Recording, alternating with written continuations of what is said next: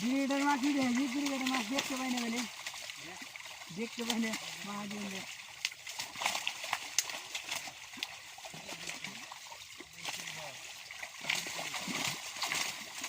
হঠাৎ ব্রিগেড ছেড়েছিল 1 কেজি করে। হ্যাঁ সমান হয়ে গেছে তাহলে সমান হয়ে গেছে।